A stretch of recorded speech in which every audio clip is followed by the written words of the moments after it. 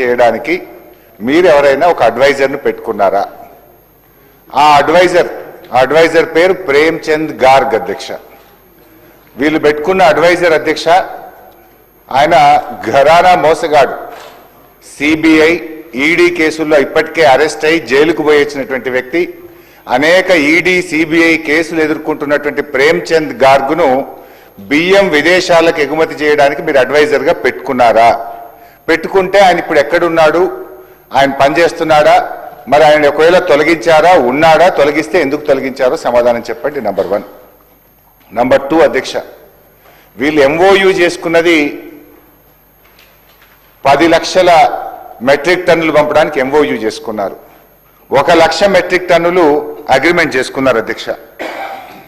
కేంద్ర ప్రభుత్వ సంస్థ అధ్యక్ష, ఐఏఎస్ ఆఫీసర్లు ఆ సంస్థ జేఎండి ఎండి గారు రాష్ట్ర ప్రభుత్వానికి లేఖ రాశారా? దీపక్ అగర్వాల్ అధ్యక్ష, ఇది నాఫెడ్ జేఎండి గారు రాష్ట్ర ప్రభుత్వానికి లేఖ రాశారు. అదేవిధంగా మరొక లేఖ కూడా నాఫెడ్ ఎండి గారు కూడా రాష్ట్ర ప్రభుత్వానికి లేఖ రాశారు. నేను అడుగుతా ఉన్నా, నాఫెడ్ అనే కేంద్ర ప్రభుత్వ సంస్థ మేము మీకు కాకినాడ పోర్టుకు బియ్యం రాగానే మీకు వెంటనే డబ్బులు చెల్లిస్తాం, మాకు అవకాశం ఇవ్వండి అంటే కేంద్ర ప్రభుత్వ సంస్థకి ఇవ్వకుండా ఒక ప్రైవేట్ సంస్థకు ఎందుకు ఇచ్చారు? ఈ బియ్యం ఎగుమతి కోసం మీరు ఏమైనా టెండర్లు పిలిచారా? ఎక్స్ప్రెషన్ ఆఫ్ ఇంట్రెస్ట్ పిలిచారా? లేదు, నామినేటెడ్ బేసిస్లో ప్రభుత్వ రంగ సంస్థ అడుగుతుండగా కూడా ప్రభుత్వ రంగ సంస్థకు అవకాశం ఇవ్వకుండా ఆ ప్రైవేట్ సంస్థకు ఎందుకు ఇవ్వవలసి వచ్చిందో మంత్రి గారు సమాధానం చెప్పాలి అధ్యక్ష. 3వది అధ్యక్ష, ఇప్పుడు 22,500 ఎగుమతి చేశామన్నారు. మరొక 7,500 మెట్రిక్ టన్నులు 1 సంవత్సరం నుంచి కాకినాడ పోర్టులో పడి ఉన్నాయి. మరి ఆ కాకినాడ పోర్టులో ఏడాది నుంచి బియ్యం ఉంటాయి అధ్యక్ష, ముక్కిపోతాయి, పురుగులు పట్టిపోయినాయి. ఆ 7,500 మెట్రిక్ టన్నులు కాకినాడ పోర్టులో ఉంటే అక్కడ మనం ఇప్పుడు ఆ గోడౌన్ ఛార్జెస్ ఎవరు కట్టాలి? రాష్ట్ర ప్రభుత్వం కట్టాలి. వీళ్ళ అగ్రిమెంట్ కూడా తప్పు ఉన్నది. ఇవాళ వీళ్ళే షిప్పులో ఎక్కించి అక్కడ చేరుకునేదాకా వీళ్ళే బాధ్యత తీసుకున్నారు. ఇప్పుడు 7,500 మెట్రిక్ టన్నులు కాకినాడ పోర్టులో ఉన్నది వాస్తవమా కాదా? 1 సంవత్సరం నుంచి 7,500 మెట్రిక్ టన్నులు కాకినాడ పోర్టులో ఉంటే మరి దానికి ఎంత మనకు గోడౌన్ ఛార్జెస్ పడ్డాయి, హ్యాండ్లింగ్ ఛార్జెస్ పడ్డాయి. మరి అది కూడా కలిపితే నష్టం వచ్చినట్టే కదా. మంత్రి గారు క్లెవర్గా ఏం చేసిందంటే ₹1 కోటి లాభం వచ్చిందని చెప్పే ప్రయత్నం చేసిండ్రు. మరి 7,500 మెట్రిక్ టన్నుల బియ్యం ఏమైపోయినాయి? అవి ముక్కిపోయినాయా? పురుగులు పట్టిపోయినాయా? అవి వాటి పరిస్థితి ఏంది? దానికి ఎంత హ్యాండ్లింగ్ ఛార్జెస్, గోడౌన్ ఛార్జెస్ మీద పడ్డాయి? మంత్రి గారు అధ్యక్ష హెలికాప్టర్లో పోయింది అధ్యక్ష కాకినాడకు. ఇదేదో పెద్ద పని చేస్తున్నాం, వేల కోట్ల రూపాయలు సివిల్ సప్లైస్ కార్పొరేషన్కు ఆదాయం వస్తుంది, గత ప్రభుత్వానికి తెలివే లేదు, మేము చాలా గొప్ప ఘనకార్యం చేస్తున్నాం అని చెప్పి చాలా పెద్ద పెద్ద మాటలు చెప్పారు అధ్యక్ష మంత్రి గారు. వాస్తవంగా జరిగింది దీని వెనుక పెద్ద స్కామ్ జరిగింది, రాష్ట్ర ప్రభుత్వానికి నష్టం జరిగింది. ఒకవేళ మంత్రి గారు మీకు నిజాయితీ ఉంటే నేను స్పీకర్ గారి ద్వారా ఈ ప్రభుత్వాన్ని డిమాండ్ చేస్తా ఉన్నా, ఒక హౌస్ కమిటీ వేయండి, దీంట్లో జరిగిన అవినీతిని రుజువు చేయడానికి నేను సిద్ధంగా ఉన్నా. మీరు ఒక హౌస్ కమిటీ చేయండి. నిజంగా మీరు పారదర్శకంగా ఉంటాం, మాది ప్రజాపాలనని మాటల్లో చెప్పుడు కాదు. నేను అడిగిన ప్రశ్నలకు సూటిగా సమాధానం చెప్పండి. నిజాలు బయటకు రావడానికి పోదాం కాకినాడ పోర్టుకు. మీరు ఆ రోజు జెండా ఊపడానికి హెలికాప్టర్ వేసుకొని కాకినాడ పోయింది కదా. మరి ఆ 7,500 మెట్రిక్ టన్నులు కాకినాడ పోర్టులో సంవత్సరం నుంచి అక్కడ ఎందుకు పడి ఉన్నాయి? వాటి పరిస్థితి ఏంది? మంత్రి గారు చెప్తారా? దాంట్లో వచ్చిన నష్టం ఎంత? సూటిగా సమాధానం చెప్పండి. ఎందుకు మీరు తిమ్మిని బిమ్మని చేస్తారు? ఒక ఘరానా మోసగాడిని ఈడీ సిబిఐ కేసులో ఉన్నవాడిని రాష్ట్ర ప్రభుత్వం కనీసం చూసుకోకుండా అడ్వైజర్గా ఎట్లా పెట్టింది అధ్యక్ష? కేంద్ర ప్రభుత్వ సంస్థ మేము అడ్వాన్స్గా డబ్బులు ఇస్తాం అని చెప్తే కేంద్ర ప్రభుత్వ సంస్థ అడిగితే వారికి అవకాశం ఇవ్వకుండా, నాఫెడ్కి అవకాశం ఇవ్వకుండా ఒక ప్రైవేట్ కంపెనీకి మీరు నామినేషన్ బేసిస్లో ఎట్లా ఇస్తారు? How the rules will permit? వీటన్నిటి మీద అన్ని విషయాలు బయటకు రావాలంటే ఒక హౌస్ కమిటీ వేయాలని మీ ద్వారా ప్రభుత్వాన్ని డిమాండ్ చేస్తున్నారు. శ్రీ పల్లా రాజేశ్వర రెడ్డి గారు. ధన్యవాదాలు అధ్యక్ష. వరి సేకరణ కోసం అని చెప్పేసి ఇప్పుడు మనం ఎదురు చూస్తున్నాం. ప్రశ్న కూడా దానికి సంబంధించిందే కాబట్టి నిన్న ముఖ్యమంత్రి గారు ఒక మాట మాట్లాడినరు, 50 లక్షల మెట్రిక్ టన్నులకే కేంద్రం యాక్సెప్ట్ చేసింది కాబట్టి రైతులు మీరు ఆలోచించుకోండి అని చెప్పారు. మంత్రి గారేమో ప్రతి సంవత్సరం సీజన్ కాగానే గతంలో ఎన్నడూ లేనంతగా ఇవాళ రికార్డుగా ఇచ్చినామని చెప్పేసి ఒక స్టేట్మెంట్ ఇచ్చేస్తే వాళ్ళకు అనుకూల పత్రికలు రికార్డు స్థాయిలో సేకరణ అంటారు. ఎక్కడ రికార్డు స్థాయిలో అధ్యక్ష? మీరు ఇచ్చిన మీ యొక్క వెబ్సైట్లో చూడండి. ఇవాళ 2014-15లో 24 లక్షల మెట్రిక్ టన్ల ఆనాడు ప్రొక్యూర్ చేస్తే 2019-20 కేసీఆర్ గారు రెండో గవర్నమెంట్ వచ్చిన దగ్గర నుంచి వెళ్ళి ఫస్ట్ 1920లో 111 లక్షల మెట్రిక్ టన్లు, 2021లో 141 లక్షల మెట్రిక్ టన్లు, 21-22లో 120.65 లక్షల మెట్రిక్ టన్లు, 22-23లో 131 లక్షల మెట్రిక్ టన్లు. ఇది 4 సంవత్సరాల్లో గత ప్రభుత్వం ప్రొక్యూర్ చేసింది. మరి మీరు ప్రొక్యూర్ చేసింది ఎంత? 23-24 డిసెంబర్లో మీరు వచ్చినప్పుడు ఆనాడే ప్రొక్యూర్మెంట్ స్టార్ట్ అయింది. మొత్తం కలిసి 2 సీజన్లు కలిసి 95.31 lakhs. అదేవిధంగా 24-25లో 100.31 lakhs. మరి ఎప్పుడు కూడా గత 5 సంవత్సరాల్లో వచ్చిన దానికంటే ఎక్కువ మీరు ప్రొక్యూర్ చేయలేదు. మరి ప్రతిసారి కూడా మీరు ఈ రికార్డు ఏంటిది? నిజంగానే మీరు రికార్డు స్థాయిలో చేస్తే ఈ యొక్క వెబ్సైట్లో కాకుండా ఇంకెక్కడన్నా పెడుతున్నారా? మీ యొక్క అది క్లారిటీ. రెండోది, మరి ఇప్పుడు ముఖ్యమంత్రి గారు నిన్న మాట్లాడుతూ 50 లక్షల మెట్రిక్ టన్నులే యాక్సెప్ట్ చేసిన అన్నారు. ఆ 50 లక్షల మెట్రిక్ టన్నులు ఒక సీజన్ కా 2 సీజన్లకా? మరి మనం ఇప్పటిదాకా కూడా 100 లక్షల మెట్రిక్ టన్నులు తక్కువ ఎప్పుడు తీసుకోలే. మరి ఇప్పుడే 50 లక్షలకు మీరు 70 లక్షల మెట్రిక్ టన్నులు గతంలో తీసుకున్నారు కాబట్టి ఇప్పుడు ఈ సీజన్లో మరి అసలు తీసుకుంటారా లేదా? ఎందుకంటే మీరు చెప్పిన టార్గెట్ అనేది 50 లక్షలు ముఖ్యమంత్రి గారు చెప్పింది, మీరు 70 లక్షలు తీసుకున్నాం అంటున్నారు. మరి ఇప్పుడు ఈ యొక్క సీజన్లో మీరేమైనా ప్రొక్యూర్మెంట్ చేస్తారా లేదా? రెండో ప్రశ్న. మూడోది అధ్యక్ష, ఇప్పుడు ఈ ప్రొక్యూర్మెంట్ చేస్తున్నప్పుడు లేట్గా స్టార్ట్ చేస్తున్నారు. ఎగ్జాంపుల్, జనగామలోనే లేట్గా స్టార్ట్ చేస్తే ఆ మార్కెట్కి పోతే వచ్చిన ధర 1600, 1700. అది ఎక్కడో పేపర్లో వస్తే ముఖ్యమంత్రి గారు చూసి ఒక ఎంక్వైరీ వేసింది. కాదు 1600 కాదు 1800 అని ఇప్పించింది. మరి రేటు 2400. మీరు బోనస్ కొద్దిగా మీరు చెప్పే కలిపితే 2900. మరి 1700 నుంచి వెళ్ళి 1800 చేస్తే అది ఎట్లా కరెక్ట్ అధ్యక్ష? కాబట్టి ఇవన్నీ కూడా సక్రమమైన సమయంలో నిన్న మొక్కజొన్నలు మేము మొత్తుకుంటే నిన్న మొదలు పెట్టిన కేంద్రాలు. మరి దానిలోనే ఇలా వరికి కూడా కేంద్రాలు వెంటనే మొదలు పెట్టాలని చెప్పేసి ఒకవేళ మీరు తీసుకోవడం అనేది తప్పనిసరి అనుకున్నప్పుడు కేంద్రాలు మీరు తొందరగా మొదలు పెడతారా లేదా? చివరి ప్రశ్న అధ్యక్ష, ఇవాళ మీరు బోనస్ దొడ్డు ఓట్లకు ఇస్తామని చెప్పిండ్రు. దొడ్డు ఓట్లకు ఇవ్వట్లేదు, సన్న ఓట్లకే ఇస్తున్నారు. ఆ సన్న ఓట్లకు ఇచ్చే దాంట్లో కూడా గత యాసంగిలో 1208 కోట్లు బకాయి ఉన్నాయని చెప్పేసి రైతులందరూ అంటున్నారు. మరి ఈ మధ్య కాలంలో మీరు ఏమైనా ఇచ్చిండ్రా?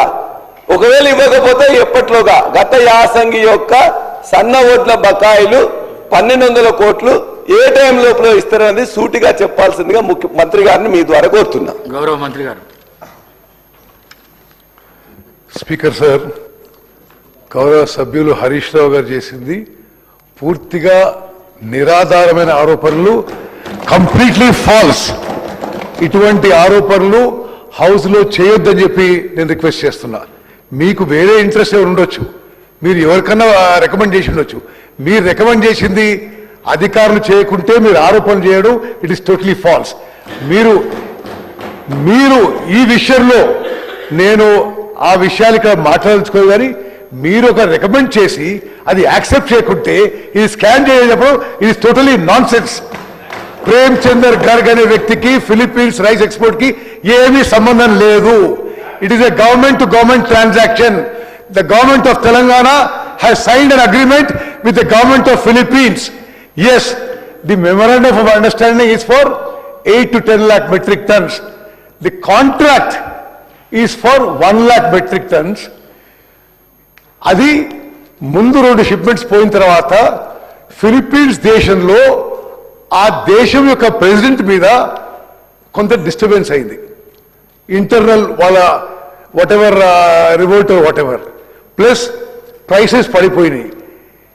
ఫిలిప్పీన్స్ దేశంలో జరిగిన ఇంటర్నల్ డిస్టర్బెన్స్ వల్ల ఒక transhipment is held up in Kakinada which is being loaded today and is leaving for shipment.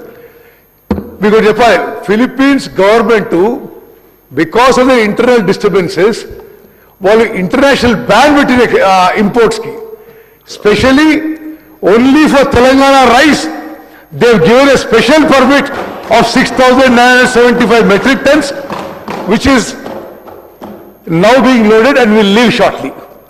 అదేవిధంగా మీరు అడిగిన దానికి the handling, the storage in Kakinada, the shipment, the insurance is all being handled by Aditya Birla Global Traders, which is the world's leading trading company.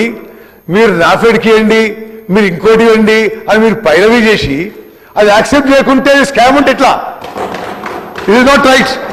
You have your self sent a person to Civil Supplies Commission and said, give it to NAFED with so and so as a middleman.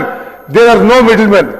Aditya Birla Global Traders is the world's leading commodity global traders. They own a shipping company. They own a global insurance company. They have been recommended by the government of Philippines. దీంట్లో దేవి scam కి ఆస్కారం లేదు అధ్యక్ష. అదేవిధంగా no okay, you speak after మీ.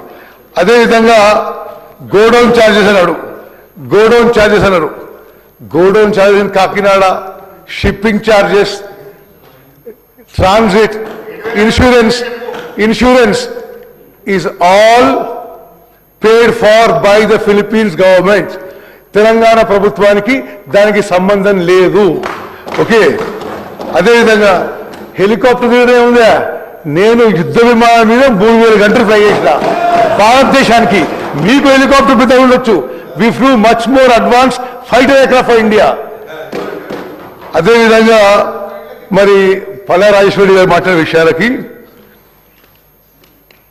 ఇప్పుడు ఈ figures మీరు చెప్పిండ్రు, మీరు ఎక్కడికే తెచ్చుకున్న ఫిగర్స్ కానీ official figures of the government of Telangana.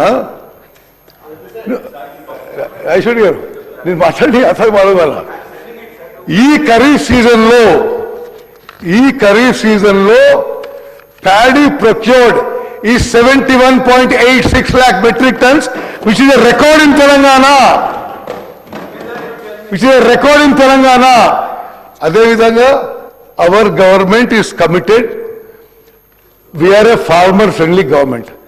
రైతులు పండించిన ప్రతి గింజ ఎంత మారుమూల ప్రాంతమైనా సరే ఎంఎస్పీకి కొనుగోలు చేస్తాము. టిఆర్ఎస్ గవర్నమెంట్ కంటే మరి చాలా ఎక్కువ ప్రొక్యూర్మెంట్ చేసినావు, ఎక్కువ ప్రొక్యూర్మెంట్ సెంటర్స్ ఓపెన్ చేసినావు అని మీకు మనవి చేస్తూ, అదేవిధంగా స్పీకర్ సార్ హరీష్ రావు గారు సీనియర్ శాసనసభ్యులు. he should not make baseless allegations.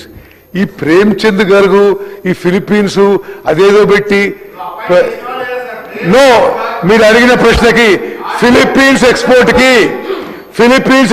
కి there is no middle man. There is agreement between government of Philippines and government of Telangana. అదేవిధంగా నేను I must mention a few facts here about the Telangana thing. Philippines దేశానికి భారతదేశంలో మొదటిసారి export చేసింది తెలంగాణ రాష్ట్ర ప్రభుత్వం. Highest price ever procured for any export for this variety of rice is our agreement with the Philippines government. I have directly spoken to the Philippines minister. It is an official agreement with the Philippines government. We can order a lot of house committees or on the irrigation projects that you did, so you don't have to worry about that. Speaker sir, I want to make one small statement regarding this export, because this is a landmark achievement of the Telangana government. The export of 22,750 metric tons of rice to Philippines under a government-to-government arrangement, government of Telangana to government of Philippines, was a strategically planned operation under the Telangana Rice Mission. It generated a net profit of 1.13 crores, saved the state over 12 crores in carrying costs, and positioned Telangana as India's foremost agro-export state for rice on the global stage. The export generated a net profit of 1.13 crores for the state. On top of the profit, we avoided 12 crores in carrying cost, total net benefit of plus 13 crores to the state. We are trying to build Telangana into a global rice powerhouse. అదే విధంగా తెలంగాణ ఈ rice విషయంలో ఈ paddy and rice విషయంలో వాళ్ళు అధికారంలో ఉన్నప్పుడే 2.5 ఏళ్ళు ఈ ప్యాడీ గోడౌన్లో ఉంటే already huge cost on the state for the interest burden. అది in extraordinary initiative we export to Philippines అంటే మీరు దాన్ని అప్రిషియేట్ చేసే బదులు దాని మీద ఏదో వేరు వేరు లొసుగులు పాయింట్ అవుట్ చేయడం కరెక్ట్ కాదు. అదేవిధంగా we have avoided net interest saved by the export was 10.55 crores. Net storage charges avoided was 1.64 crores. మరి ఈ విధంగా అన్ని విధాలుగా తెలంగాణ రాష్ట్రానికి మేలు జరిగే విషయం ఇది. అదేవిధంగా ఆ రైస్ స్టాకు అంతకుముందు 2.5 ఏళ్ళు మన స్టాక్లో ఉండే